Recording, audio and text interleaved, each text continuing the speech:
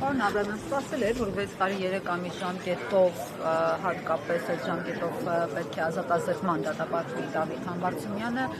եւ սակայն որ իշխանականները կապում են հենց նրա հետ, որ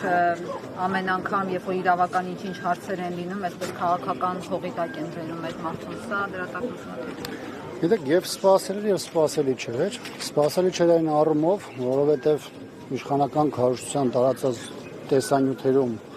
Դավիթ Համբարձումյանը չկար։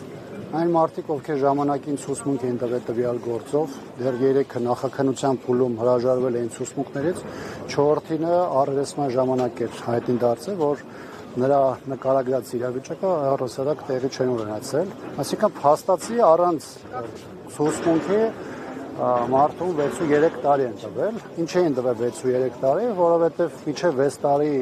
տալու պայմաններում համանրման դուրս էր գալու եւ բնական էր, որ այս պայմաններում առավելագույն պատիժը 7 էր։ Պրակտիկայում որևէ լուրջ փաստաբան չի հիշում նման դեպքերում նման դատավճիռ, բայց տվեցին 6-3 տարի, որպեսզի կարողանան նրան ազատությունից զրկել։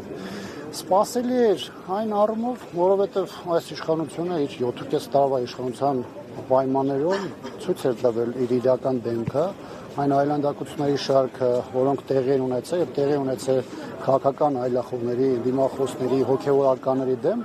բնական է այս իշխանության պարագայում չէ կարելի ասել, որ սա ինչ-որ անսպասելի բան էր տեղի ունեցել, հատկապես որ իշխանությունը մեկնարկ է տվել իր ընտրաշավին եւ այս ճանապարհին ոչ միայն մի քանի ճակատով պայքարում է քաղաքական տարբեր միավորների հայ առաքելական եկեղեցու, այլ նաև այն համայնքի ղեկավարների դեմ, որոնք ունեն հեղինակություն, որոնք ժողովրդի կողմից այդ համայնքներում ընտրվել էին եւ ընտրական process-ներում կարող են նրանց համար որևէ ձևով խոչընդոտներ առաջացնել։ Կոնկրետ Դավիթ Համբարձումյանը Հանրապետական կուսակցության խորհրդի անդամ էր, ցանկացած պարագայում տարբեր process-ներում իր հրապարակային դիրքորոշումները արտահայտել էր, բավականին կոշտ արտահայտություններ արել էր գործող իշխանության եւ նրա ղեկավարի նկատմամբ։ Գիտեք, որ ընդդիմության նախաձեռնած վարչապետի անվստահության գործընթացում նա ընդդիմության թեկնածուն էր եւ բնականաբար այս պայմաններում միամտություն կներկայացել, որ իշխանությունը պարզապես որևէ քայլի չէր դիմի կամ իներտություն կդրսևորեր։ Իդեպ այդ իմպիչմենտի գործընթացը այս կալանավորման հետևանքով արդյոք կանգնելու է թե ոչ, թեև նշում են մասնագիտական շրջանակները, որ իրավական առումով գործընթացը չի տուժելու։ Այդուհանդերձ հետագա անելիքները որոնք են, նոր թեկնածուի փնտրտուք թե օրինակ փողոցի գեներացում, ինչի մասին չեք բացառել նաև դուք ձեր ուժը։ Իրավական առումով Դավիթ Համբարձումյանը շարունակում մնալ խաղի մեջ, բնականաբար այս իրավիճակում իշխանությունը լրացուցիչ խոչընդոտներ ստեղծում է, փորձում է գործընթացը հնարավորինս հարվածների եւ թիրախավորման տակ պահել, բայց այսօր ստեղծված իրավիճակում, հատկապես իշխանության նախաձեռնած այս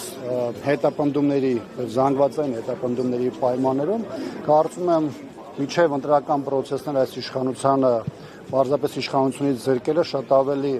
ակտուալ է դարձել եւ նաեւ մարդկանց մեջ ամրապնդել է այն մոտեցումը, որ իշխանությունը միջև ընտրություններ փորձելու է խնդիրը լուծել, սահմանափակել բոլոր այն ուժերի հնարավորությունները կամ մասնակցությունը ընտրություններում, ովքեր կարող են ինչ-որ ձևով մրցակցություն ստեղծել կամ 50+1-ի համար հնարավորություն ստեղծել եւ դաշտը անընդհատ մաքրվելու է։ Այս համատեքստում նաեւ ուզում եմ եւս մեկ անգամ նշել հայ առաքելական եկեղեցու նկատմամբ հարձակումները, որոնք աննախադեպ են եւ աննախադեպ են նաեւ հայաստանյան պայմաններում, բայց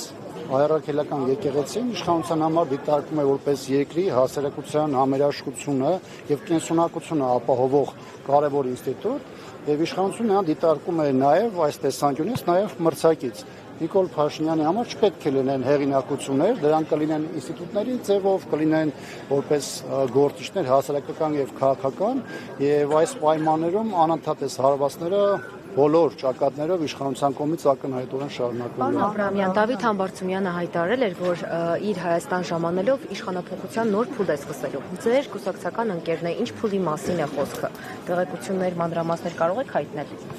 Մենք կարող եմ ասել, որ որոշակի առումով նրա անազատության մեջ գտնվելը որոշակի իրողություններ պահում է եւ մեզ ստիպում է նաեւ այդ իրադրությանը համարժեք աշխատելու։ Պարոն Հադրամյան, մեղադրում են պարոն Համբարձումյանին 2018 թվականին Հովտաշատ հայանիստը գյուղերի խաչմերուկում հանրային կարգը խախտելու, զենք գործադրելու